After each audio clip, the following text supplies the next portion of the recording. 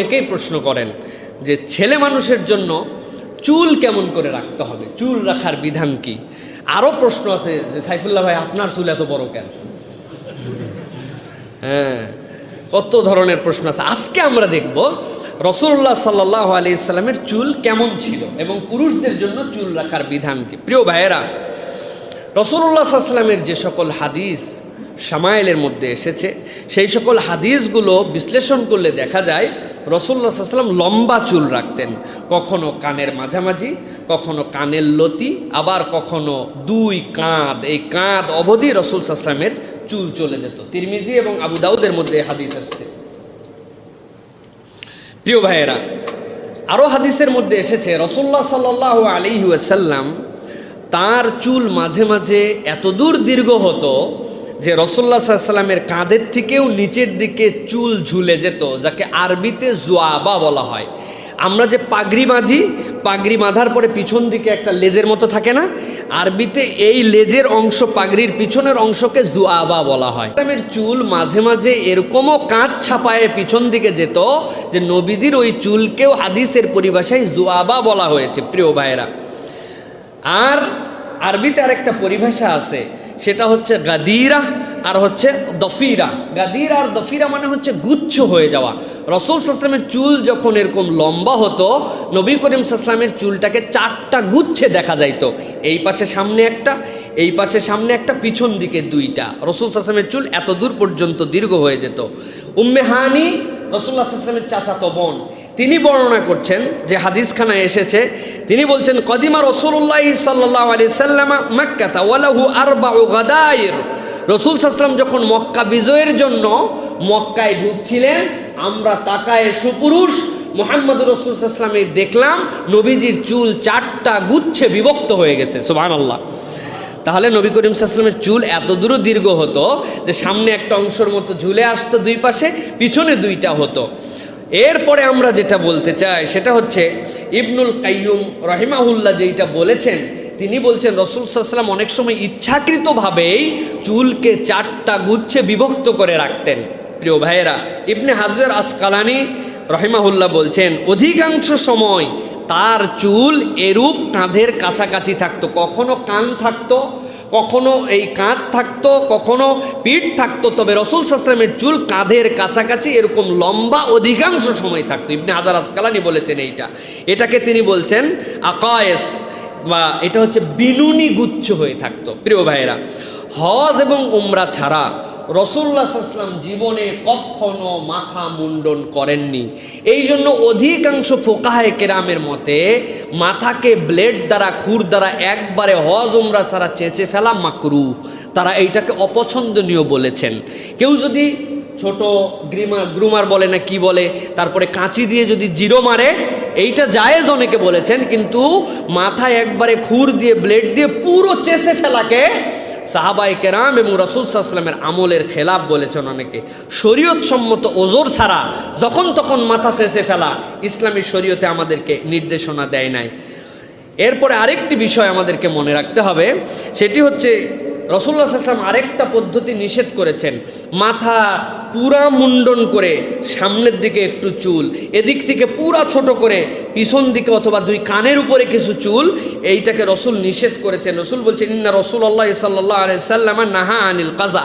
রাসূল সাল্লাল্লাহু আলাইহি ওয়াসাল্লাম চুলকে কাজা করতে নিষেধ করেছেন, মানে পুরা মাথা জিরো করে সামনে একদম বড়, অথবা পুরা সামনের থেকে ছোট করে দুই কানের পিঠে একটু চুল, এইটাকে বলা হয় কাজা করা। কিন্তু নর্মালি আমরা যে একদম পিছন থেকে পুরাই ছোট, সামনের দিকে একটু শেপিংয়ের জন্য হালকা করে একটু বড় করে রাখা হয়, এটা কাজার হিসাব নয়, বরং কাজা হচ্ছে পুরা মাথা ন্যাড়া করে সামনের দিকে রাখা, পুরা সামনের থেকে ডেকে পিছনের দিকে টিকির মতো রাখা, যেটা আমরা অনেক সময় আমাদের এই হিন্দু ধর্মাবলম্বীদের অনেকে এরকম করে চুল রাখে। তো আমাদের সমাজে কিন্তু এইটার প্রভাব আস্তে আস্তে করে মুসলমান ধর্মাবলম্বীদের মধ্যেও আসছে। এদিক থেকে ওদিক থেকে পুরা সাইসে একবারে মধ্যে দিয়ে একটা শিবপাঞ্জির মতো মাথা দিয়ে রাখছে, তারপরে একদম পিছন থেকে কেটে সামনের দিকে অল্প একটু, পুরা মাথায় আর কোনো চুল নাই, এরকম নয়। স্বাভাবিকভাবে আমাদের চুল ছোট করে রাখলে আপত্তি নাই, তবে কাজা যেটা বললাম এইরকম উদ্ভট স্টাইল করা রাসূলুল্লাহ সাল্লাল্লাহু আলাইহি ওয়াসাল্লামের সুন্নাতের খেলাফ।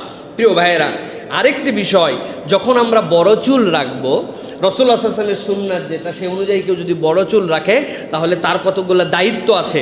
রাসূল সাল্লাল্লাহু আলাইহি ওয়াসাল্লাম তার জন্য কতগুলো দায়িত্ব দিয়েছেন এই চুলের যত্নের জন্য।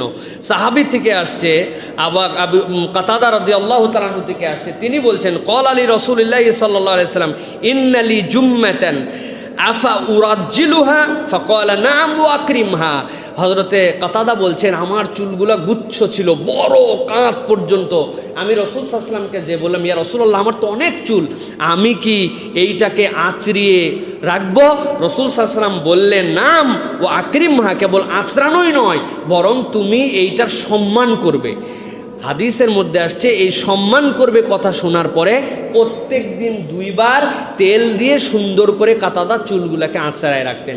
সুতরাং আপনার বড় চুল রাখা সুন্নাহ, বড় চুল রাখা আমাদের জন্য কোনো আপত্তির কারণ নাই। অথবা কেউ বড় চুল রাখলেই কাঁধের থেকে একটু ঝুলে গেছে, আপনি মাসলা জানেন না, আপনি মানুষজনের কাছে তারা টিজ করেন, হ্যাঁ মহিলা আমার কাছে চুল রাখছেন, এত বড় চুল ভণ্ডরা রাখে, এইরকম কথা যদি বলেন আপনি রাসূলুল্লাহ সাল্লাল্লাহু আলাইহি ওয়াসাল্লামের সুন্নত না জানার অপরাধী হবেন, আর জেনে বুঝে বললে রসুলের সুন্নাত ইনকার করার গুনায় আপনি পড়ে যাবেন। প্রিয় ভাইয়েরা, ছোট চুল রাখাও জায়েজ আছে। রাসূল সাল্লাল্লাহু আলাইহি ওয়াসাল্লামের সাহাবীদের মধ্যে থেকে কেউ ছোট করে রাখছেন, কিন্তু কেউ যদি নবী করিম সাল্লাল্লাহু আলাইহি ওয়াসাল্লামের সুন্নাত আমল করতে চায় সে বড় চুল রাখবে, সেই চুল আপনার কাঁধ ছাপায়ও যেতে পারে। এখন আমি যদি 4টা বিনুনি করি মানুষ তো পুরো একদম আশ্চর্য হয়ে যাবে, ঠিক না ভাই, যে হুজুর শেষ। কি জন্য? হাদিস জানি না আমরা, কাঁধের থেকে একটু নিচে নেমে গেছে। কত আমাদের বড় বড় হুজুরদেরকে দেখলাম, কি ব্যাপার ভাই কতদিন চুল কাটেন না, মাসলা মাসাইলকে ভুলে গেলেন কি না? আমি তাকায় থেকে দেখি আপনি কতদূর জানছেন, আমিও জানছি। প্রিয় ভাইয়েরা, মানুষকে এই টিজ করা যাবে না। তবে এখানে আরেকটা বিষয়, এই চুল রাখা এটা হচ্ছে সুন্নাহ আমাদের জন্য, সুন্নতে জায়েদা আমাদের জন্য। এই সুন্নাত না রাখলে গুনাহ নাই।